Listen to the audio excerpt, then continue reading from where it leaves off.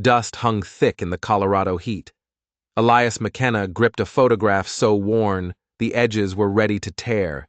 For 6 long months, he had lived by that picture. Soft brown hair, a modest smile, eyes that held the promise of a life he'd only ever dreamed of. Today, that promise was supposed to step down from the stagecoach and into his arms. Instead, when the door swung open, 3 identical women appeared. Each one bearing the same face as the bride he thought he knew. The crowd gasped. Elias's heart stuttered, a painful kick against his ribs. And when each of the 3 women claimed to be Clara Whitlow, his world, once as steady as a ranch fence post, tilted into pure chaos. What happens when the bride you've been waiting for isn't one woman at all, but 3 sisters bound by a secret so dangerous it could get them all killed? You're about to hear a story of love, betrayal, and a truth more powerful than any photograph. But first, drop a comment and tell me where you're listening from right now. And make sure you subscribe, because you don't want to miss what happens next. Elias McKenna had studied that photograph until the paper was soft as worn leather. He knew the neat part in her soft brown hair. He knew the modest smile that seemed almost afraid to take up space on her face. He knew the way her eyes turned slightly aside, as though the camera had caught her in a private moment she wasn't ready to give away. That photograph had been his constant companion.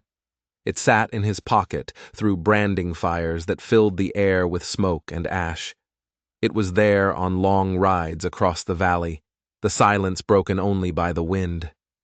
It was there on the nights he sat alone by the hearth, when the quiet of his empty house pressed in on him, heavy and cold. It wasn't just paper and ink anymore. It was a promise. Clara Whitlow, his future, his wife. The trading post buzzed with the usual afternoon noise, men heaving sacks of flour onto wagons, a stray dog barking at nothing, children darting between horses' legs like little minnows. But Elias stood apart from it all, his boots planted firm in the dust, his eyes fixed on the horizon. He saw the dust cloud first, a faint smudge growing larger, faster. The stage. His heart, usually a steady, reliable beat, kicked against his ribs. The wagon rattled into view, the sun glinting off its iron-rimmed wheels. The driver pulled hard on the reins, the horses snorting and blowing in the brutal heat. The door creaked open. Elias held his breath. A single figure was supposed to step down, a woman delicate and shy, just like the one in the photograph. Instead, 3 women emerged, one right after the other. Their skirts brushed the dust. Each face was a perfect mirror of the photograph he clutched in his hand. Gasps rippled through the small crowd. One of the old-timers let out a low, disbelieving whistle. Another man muttered something about devil's tricks and witchcraft.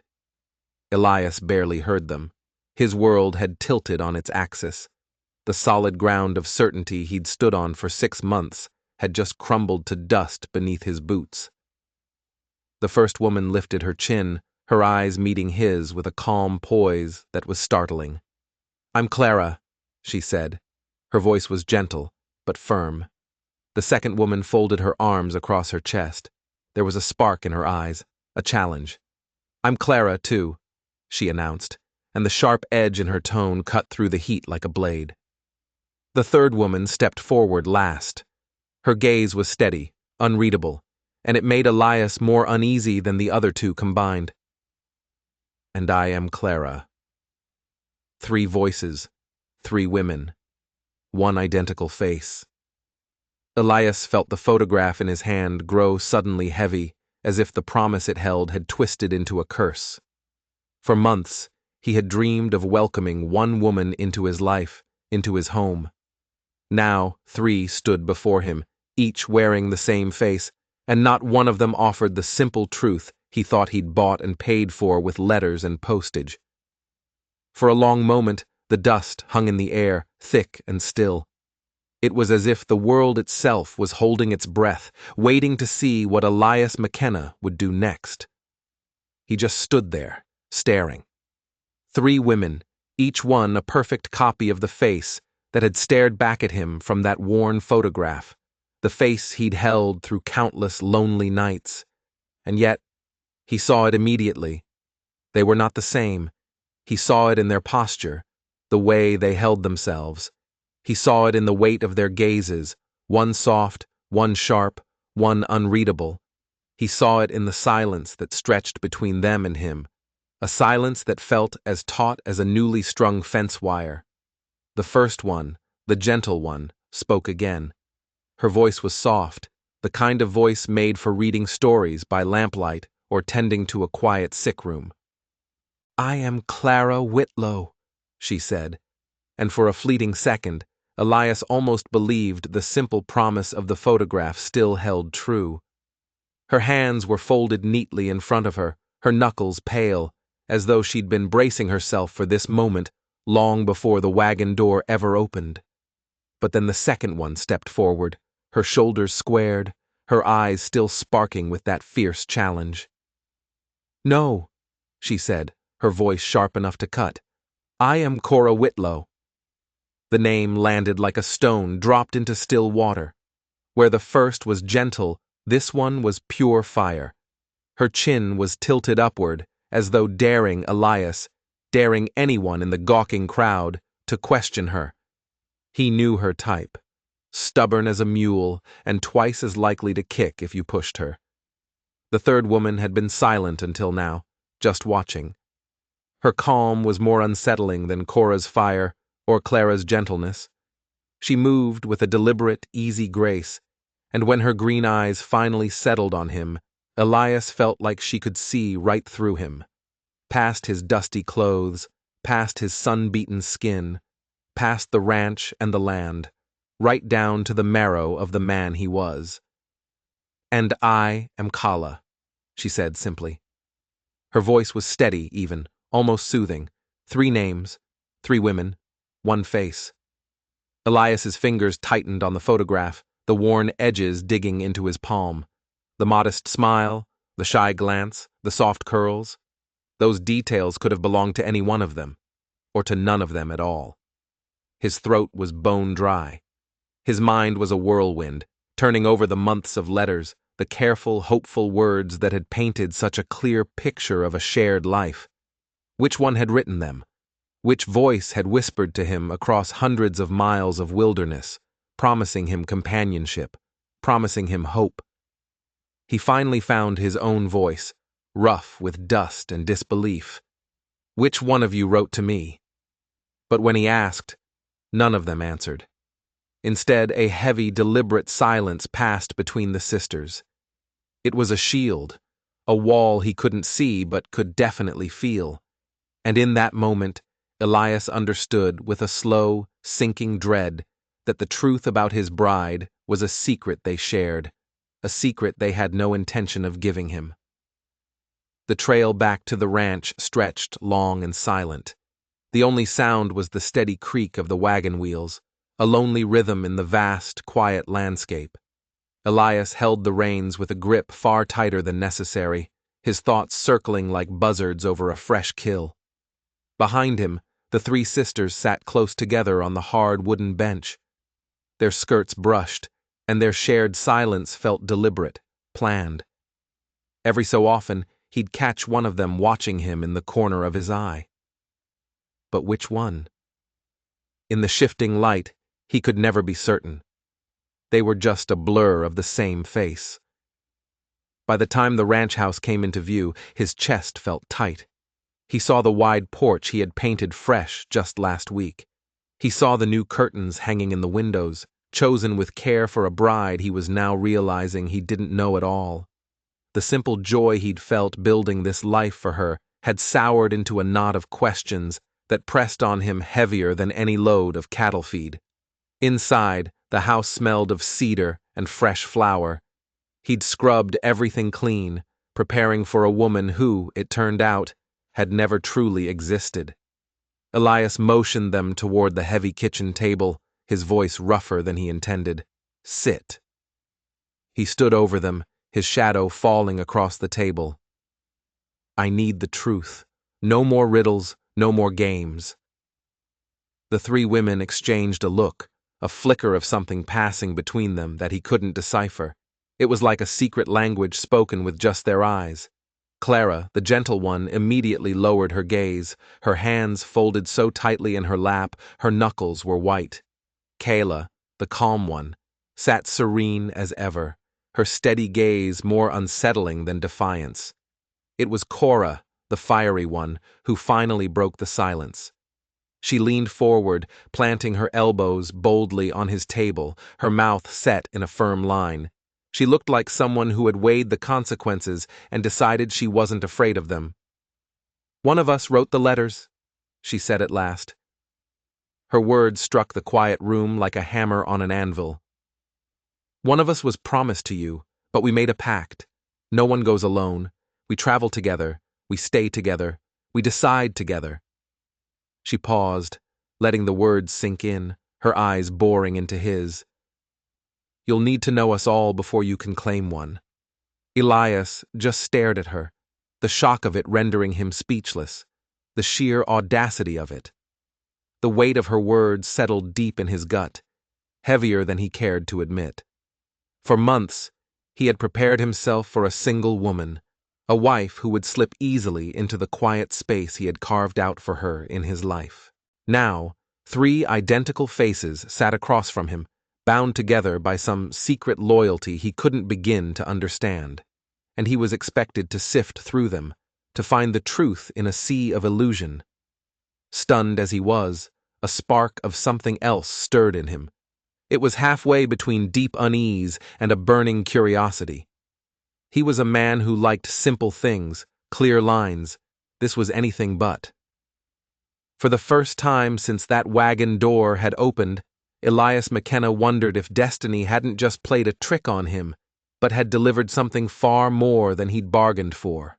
And maybe, just maybe, in that complicated bargain, there was something he hadn't even known he was looking for. The lamplight in his kitchen threw long dancing shadows across the walls, painting the sisters in strokes of gold and smoke. Supper sat untouched on the table between them. The cornbread was cooling, the beans going stiff in their bowls. Nobody seemed to have much of an appetite. Elias leaned back in his chair, his arms crossed tight over his chest. He was waiting. He had pressed them for answers before, but this time felt different. He could feel the silence breaking, cracking under its own weight. He could see it in the way Clara's hands trembled against the fabric of her skirt, in the way Kayla's calm eyes flicked once toward her sisters, a silent signal, as if granting them permission to speak. It was Cora, of course, who spoke first. She always did. "We didn't lie to you, not really," she began, her voice low but intense. "We just omitted things." Elias grunted. There's a fine line between omitting and deceiving. Cora's eyes flashed. "Is there? When your life is on the line?" Before he could answer, Clara finally found her voice. It was soft but laced with a certainty that surprised him. "We are in danger, Mr. McKenna." "What kind of danger?"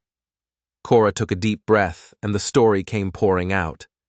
"There's a man," she said, her tone sharpening with hatred. "Harlan Finch. Back in Missouri, he calls himself a businessman, but he's nothing more than a vulture in a fine coat. He buys up land cheap, or he just takes it when folks can't pay their debts." She leaned forward again, her hands now flat on the table. "Our farm, our home. It was in his sights. Our father wouldn't bend. He wouldn't sell. So Finch made sure he was removed from the equation." The words settled, heavy and cold, in the quiet room. Clara let out a sharp little breath, her fingers knotting together, while Kala laid a steadying hand on her arm. Elias said nothing. He just nodded for them to go on. Clara took over the story, her voice trembling, but clear. "We saw the men he sent. We heard their threats. When our father was found. In the creek that winter. The law called it an accident. A slip on the ice." She looked up at him, her eyes filled with a pain so raw it made his own chest ache. "But we knew. And Finch made sure we knew too. He came to the house himself after the funeral. He just stood there in our doorway with this smile on his face, a smile that promised we'd be next if we didn't sign the farm over to him. Elias felt his jaw tighten until it hurt. A slow, hot rage began to burn low in his belly. He had dealt with men like Finch before, men who mistook cruelty for power, who fed on the misery of others. "So you ran," he said quietly. It wasn't a question. It was Kayla who answered, her calm voice carrying a weight that felt older than her years. "We ran because one of us was promised to you. One of us is your bride, a new life, a safe place. But Finch is hunting us. He wants the last piece of what our father owned, and he thinks one of us holds the deed." She looked from one identical face to the next, then back to Elias. If he knew which sister was the one promised to you, she would be his target. So we swore a pact. No one goes alone. No one speaks the name. We become one person, 3 bodies. We hide in plain sight. "Not until the danger has passed," Clara whispered.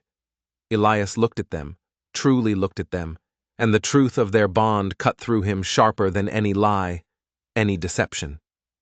He realized with a slow, unsettled certainty that their secret wasn't born from mischief or some silly game. It was survival. And in that moment, he understood that the worn photograph in his pocket had become something far more dangerous than a simple keepsake. It was a beacon, a target, a thing that could destroy them all. Without another word, Elias stood up. His decision was made, and his voice left no room for argument. The sisters would stay. Whatever business had driven them across 2 state lines, whatever shadows followed them from Missouri, he wasn't about to turn them out. He wouldn't let them scatter into the wilderness while a man like Harlan Finch was hunting them. This ranch was solid ground. Here he could keep watch. That was the reasoning he gave himself anyway. It was practical. It was honorable. But deep down, in a place he didn't like to look too closely, he knew there was more stirring in him than simple caution. In the days that followed, the sisters folded into the rhythm of ranch life. It was like they were testing him, testing the boundaries of this strange new life, and he was testing them right back. Clara, the gentle one, gravitated to the barns. Her soft hands, which he'd imagined were meant for needlepoint and baking, learned quickly how to hold a curry comb, how to whisper calm to a skittish colt. Elias found her there often, sleeves rolled up, strands of brown hair escaping their pins, a quiet patience radiating from her as she worked. She spoke little, but when she did, her words carried a gentleness that settled the horses. And, though he was unwilling to admit it, it settled something in him too. Cora, on the other hand, prowled the corrals like she owned the place. She had an opinion on everything. When Elias planned to rotate the herd to the north pasture, she cut him off with sharp, undeniable logic about how the grass was already grazed too thin. When he hired 2 men to repair a fence line, she demanded to know why he hadn't set them to digging the new well first, before the ground got any harder. Their arguments flared up like sparks on dry tinder. Both of them were stubborn, neither one willing to give an inch. And yet Elias often found himself hiding a smile at the fire in her eyes, at the quickness of her mind. She tested his patience, yes, but she also sharpened his own thinking. Kayla moved through it all with a quieter authority. Her touch seemed to smooth the rough edges of everything and everyone. She organized the pantry without being asked. She saw to the laundry, mending tears he hadn't even noticed. One morning, he found his favorite work shirt, the one with the rip in the sleeve, laid neatly folded by his door, the tear stitched so perfectly he could barely find the seam. She did it all without a word, without seeking thanks. Her presence was like still water, reflecting the sky. There was a deep, unshakable strength in her calm, and it unsettled him almost as much as Cora's fire. At night, Elias would sit alone on the porch, staring out across the moonlit fields, the familiar landscape now feeling strange and new. His chest was tight with contradictions. He had opened his heart to a single imagined woman, a bride promised to him by letter and photograph. Now, 3 flesh-and-blood sisters were living under his roof. Each one stirred something different in him: the gentle heart, the fiery spirit, the steady soul. He had asked for one and been given 3. And for the first time in his life, Elias McKenna feared his heart might not follow the path he had so carefully chosen, but one he had never, ever expected at all. The evening sun was just beginning to slide behind the ridge, painting the sky in shades of orange and purple, when Elias heard it. The rhythmic thud of hooves approaching, steady and unhurried. He stepped off the porch, shading his eyes against the glare, and saw a lone rider cutting across the valley. The man rode with the easy confidence of someone on official business. Dust curled in the horse's wake. As the figure drew closer, Elias recognized the weathered face beneath the wide brim of a deputy's hat. Sheriff Holt. The sheriff dismounted slowly, his boots landing hard in the dirt. He carried himself like a man weighed down by something unpleasant. The folded papers he drew from his coat pocket spoke of trouble before his mouth even opened. "Evening, Elias," he said, his voice grim. "Sorry to bother you, but I'm here on account of a warrant." Elias felt the muscles in his shoulders tighten instantly. "A warrant? For what?" Holt cleared his throat, unfolding the paper with a deliberate, slow flick of his wrist. "Fraud and conspiracy. Complaint was filed this morning by a Mr. Harlan Finch." The name landed like a stone in a quiet pond, the ripples spreading outwards. "Finch was here, in Colorado. He says you're working with these Whitlow sisters," the sheriff continued, his eyes not quite meeting Elias's. "Says you're scheming to cheat him out of rightful land claims back in Missouri. Says the letters, the arrangements, this whole marriage, none of it's real, just a ploy to hide a property deed he's after." From the doorway behind Elias, he heard a faint, sharp gasp. It was Clara. Cora's voice followed, sharp with fury. "That's a lie!" Holt's eyes flicked toward the house where the sisters stood clustered in the shadows, but his gaze returned quickly to Elias, as if he'd expected their outrage. "Maybe it is, maybe it ain't. My job's just to serve the paper. The judge'll want answers." Elias took the warrant without looking at it, his jaw clenched so tight a muscle jumped. He had known the sisters carried secrets, carried danger, but now, that danger had spilled over onto his own name, staining it with the kind of accusations that could ruin a man faster than drought or fire. Fraud, conspiracy, those were words that traveled fast in a small town. Words that could make contracts vanish, cattle go unsold, and friendly neighbors turn cold overnight. He folded the paper slowly, deliberately, forcing a calm into his voice that he did not feel. His blood was burning. "Tell Finch I'll answer his charges," he said, his voice low and hard, "but he's dead wrong if he thinks he gets to write the truth of my life." The sheriff gave a slow, weary nod, remounted his horse, and rode back into the growing dusk. Elias stood in the settling quiet, the warrant feeling heavy as lead in his hand. The sisters gathered near him on the porch, their identical faces pale in the fading light, and for the first time, he wondered if bringing them here hadn't just changed his life. He wondered if it had just put it in the crosshairs of a man who knew exactly how to destroy everything he touched. The night was restless. The wind pressed against the shutters of the old house, and every creak of the floorboards sounded like a warning. Sleep wouldn't come. The sheriff's warrant still sat heavy in his coat pocket, a constant nagging reminder of the trouble that had ridden into his valley. The sisters' strained silence at supper had only deepened his unease. Something was wrong. Something was being hidden from him, right here in his own house. He finally gave up on sleep, stepping outside into the cool night air. It felt good on his skin, like cool water over a hot forge. He walked toward the barn, lantern in hand, the yellow light cutting a shaky path through the darkness. He wasn't sure what he was looking for, just drawn by a nagging sense that an answer was waiting for him out there. The horses stirred in their stalls as he passed, their warm breath misting in the cool air, but it wasn't their movement that caught his attention. In the far corner, tucked behind sacks of feed he'd stacked there himself, sat a trunk, a travel box.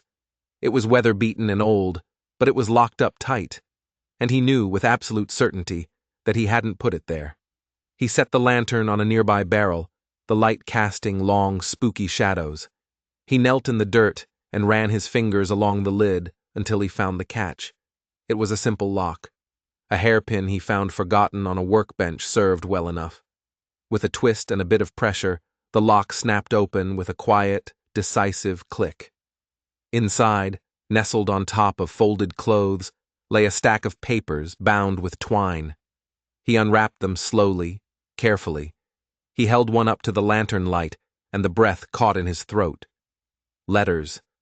Dozens of them, and at the top of each page, written in a bold, arrogant script, was the name Harlan Finch. He read page after page, his jaw hardening into a block of granite. They were records, proof.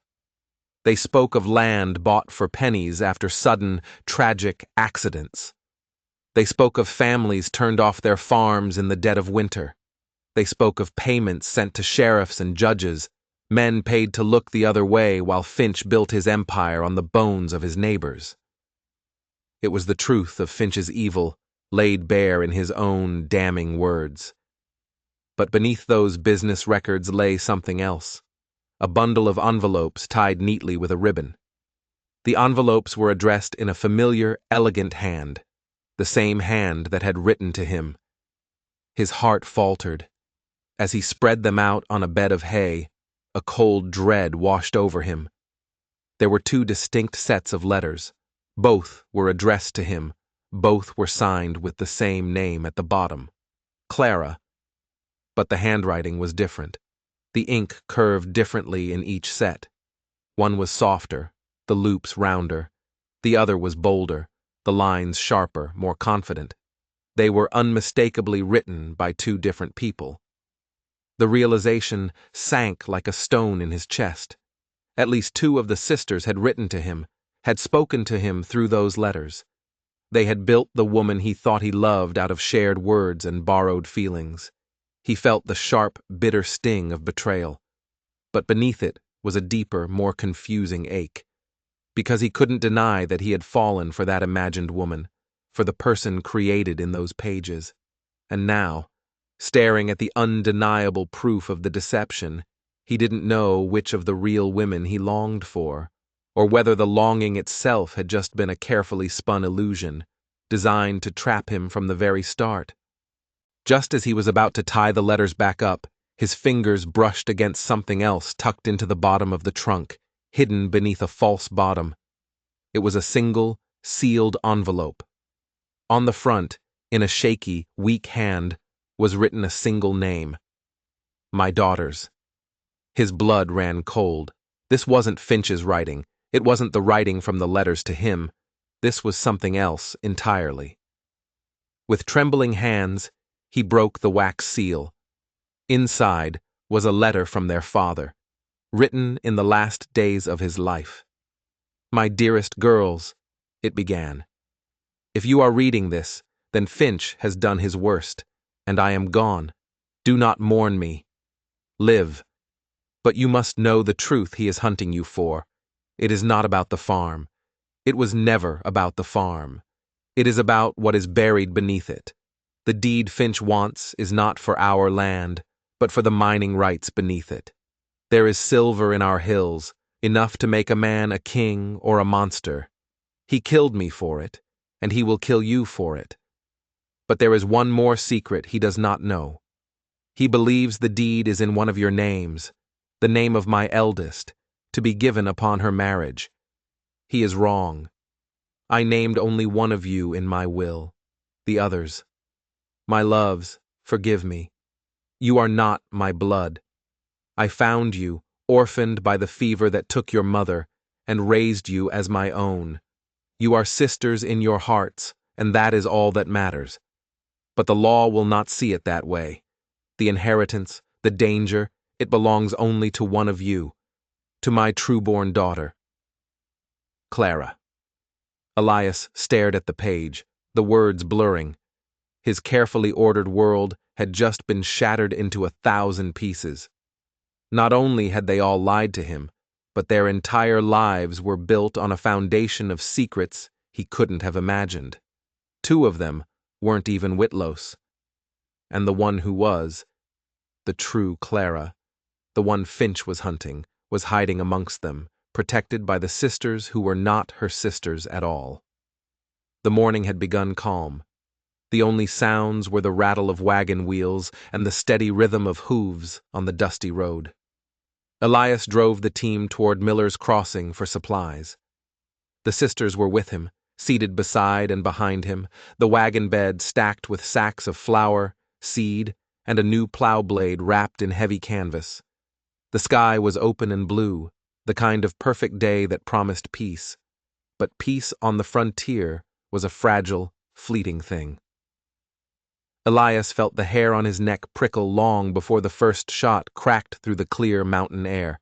The horses screamed, rearing and jerking against the traces as a bullet splintered the wagon's sideboard inches from his head. From the rocks high above the crossing, 3 men rose like shadows, rifles in hand. Finch's men. "Get down!" Elias yelled, swinging the team toward the meager cover of a rock outcropping. But the narrow pass left them little room to maneuver. They were trapped. The sisters ducked low, their skirts pressed to the dusty wagon floor as another shot whined overhead, smacking into the rock beside them. Then Kayla moved. She moved with a sudden, shocking calmness that sent a jolt of adrenaline through Elias. She reached beneath the driver's seat, and her hand emerged with the revolver he always kept there. There was no hesitation, no fumbling. Her grip was practiced, her aim steady. She rose to her full height, leveled the heavy gun with both hands, and fired. One of the ambushers on the ridge dropped his weapon, howling in pain as he clutched a bleeding arm. Elias stared in disbelief. Serene, quiet Kala, who mended his clothes and spoke in whispers, was now standing tall in the open wagon like she'd been born with a gun in her hand. A pained cry from Clara pulled his attention back. One of the horses had gone down, thrashing in the traces, its flank slick with blood. The animal was screaming, a terrible sound of pain and terror. Without a thought for her own safety, Clara slid from the wagon. She pressed herself against the wounded, panicking animal, shielding its body with her own as bullets sparked in the dust all around her. She murmured to the horse, her voice trembling but steady, her gentle hands working frantically to free the straps and cut it loose before it tore the whole wagon apart. And then Cora was gone. The thunder of hooves tore past Elias's ear. He turned just in time to see her. She had leaped bareback onto the trailing mare, her long hair whipping loose from its pins as she kicked the horse into a full gallop, driving it headlong, straight at the ambusher's position. It was madness. It was suicide. It was magnificent. Her wild, defiant charge scattered them. The sheer audacity of it forced 2 of the men to scramble for better cover, their shots going wild. Elias snapped out of his shock, raised his rifle, and fired into the rocks, the shots echoing through the canyon. His heart was hammering against his ribs, a frantic drumbeat of fear and awe. Through the smoke and the chaos, he saw it clearly for the first time. The gentle one, risking her life for a wounded animal. The fiery one, charging headfirst into the guns. The calm one, a deadly shot with ice in her veins. They were not the woman from the photograph. They were so much more. Whatever secrets lay between them, whatever deception had brought them to his door, their true strength wasn't in who claimed to be his bride. It was in the unbreakable bond they carried as 3 faces of the same fierce will to survive. And if he wanted to live, if any of them did, he would have to stand with them, not apart. The courthouse in town was packed tighter than Elias had ever seen it. The air was thick with the smell of sweat, dust, and raw curiosity. Men leaned against the walls, their arms crossed. Women clutched their shawls, whispering behind their hands. Every single eye in that room was fixed on the front, where Marshal Bass Reeves stood tall and imposing beside Elias and the three Whitlow sisters. Across the room, Harlan Finch sat at the defendant's table. His fine city coat was perfectly pressed, his face set in a practiced smirk. But his eyes were restless, darting around the room as the marshal laid the evidence out on the judge's bench. The letters, the contracts, the forged deeds, all pulled from the locked box Elias had found in the barn. Witness accounts followed, one after another. Neighbors, their faces grim, spoke of sudden deaths and lost farms. They told stories of Finch swooping in like a vulture to buy up their land for pennies on the dollar right after tragedy struck. When Clara took the stand, her voice broke as she told the story of her father, of finding him lifeless in the icy creek. A low murmur of outrage rippled through the crowd. Cora followed her, her voice ringing with fire and fury. She laid bare the threats Finch had made to them in the dead of night, the way he had terrorized them in their own home. Then came Kayla. Calm and steady as a stone, she produced the hidden records, the letters Finch thought he'd buried forever. Piece by piece, in front of the whole town, his empire of lies and murder collapsed. The judge's gavel cracked like a gunshot, calling for order. But it was Marshal Reeves's gaze that cut deepest. He turned from the crumbling Finch to Elias, his voice carrying easily above the murmurs. These women came to this territory under the promise of marriage to you, Mr. McKenna. The law recognizes that contract, but there can be only one bride. Which of them is she? The room fell into a dead hush. Every person leaned forward, waiting for Elias to finally name a name, to point to the quiet one, or the fiery one, or the serene one. Elias felt the familiar weight of the photograph in his pocket. The edges were worn soft from months of believing in a single face, a single promise. Slowly, he drew it out. He studied it under the lamplight one last time, then laid it flat on the table for everyone to see. A photograph may have brought them here, he said, his voice rough but steady, ringing with conviction. But the truth is what keeps them here. He looked at Clara, then Cora, then Kala. I'll stand with the one who stands with me, he declared, his eyes sweeping across the courtroom, no matter what her name is. For a long moment, no one moved. The words hung in the air like a challenge, a declaration that went beyond law and contracts. Then Elias turned his gaze to Finch, whose smirk had finally, blessedly, slipped from his face, replaced by a mask of pure fury. You took their father, Elias said, his voice dropping low and dangerous.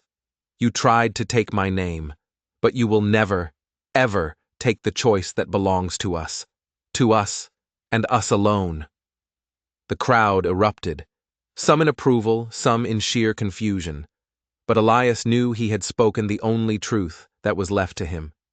He would not be trapped by old letters or the letter of the law into choosing a name from a hat. He would choose a life, when the time was right, and when it was real. The ranch had never felt so still. After weeks of tension, of nights spent listening for hoofbeats in the dark, a deep and profound quiet had finally returned. Harlan Finch was in Marshal Reeves's custody, his reign of terror over. The sisters sat with Elias in the warm lamplight of his parlor. The long shadows played across their identical faces, but for the first time since they had arrived, none of them wore a mask of defiance or guarded silence. The fight was over. Now, only the truth remained. Clara's hands twisted together in her lap, her usual tell for her nerves. Cora leaned restlessly against the mantel, unable to be still even in peace. It was Kayla who anchored the room. She sat straight-backed at the table, her calm presence a steadying force. She drew in a long, slow breath. It was me, she said at last, her green eyes holding Elias's. I wrote the first letters. I found your name in a newspaper. a man looking for a wife with land far away from Missouri. It seemed like a prayer being answered. But before long, Clara added softly, I added to them.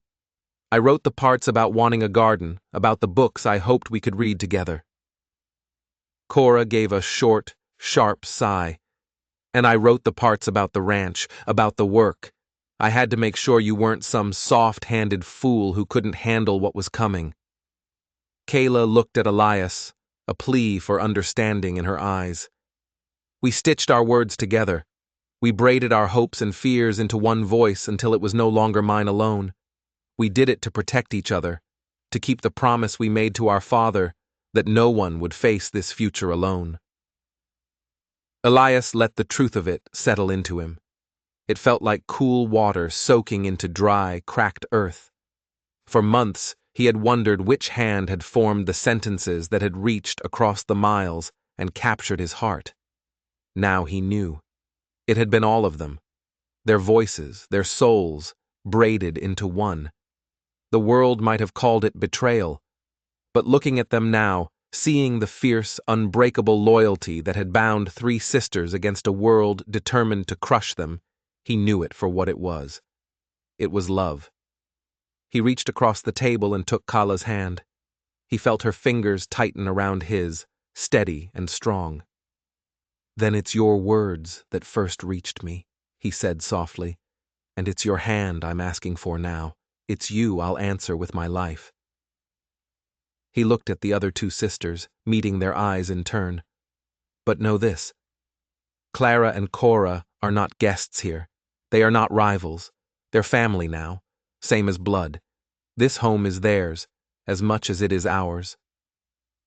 Clara's eyes glistened with tears of pure relief. Cora gave a sharp, decisive nod, her lips pressed tight as though she were fighting back a smile. And Kayla's legendary calm finally broke. For just a moment, her eyes shone with something unguarded, something exquisitely tender, and she gave him a smile that was hers, and hers alone. Months later, beneath the rustling leaves of the cottonwoods by the creek, Elias and Kala spoke their vows. A handful of neighbors were there to witness it.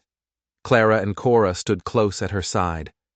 There were no grand speeches, no fine music, just the whisper of the river over stone and a promise spoken plain and true. Clara and Cora remained on the ranch, true partners in the work, in the laughter, in the sprawling, complicated, beautiful life they had all built together.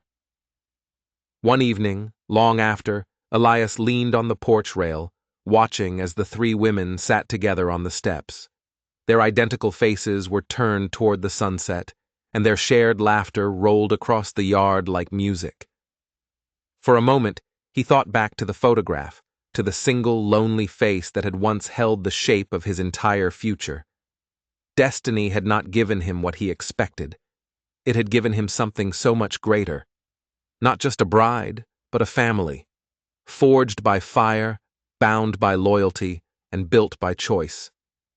If you enjoyed this story, click the video on your screen now to watch another unforgettable tale where courage and destiny collide in the untamed frontier.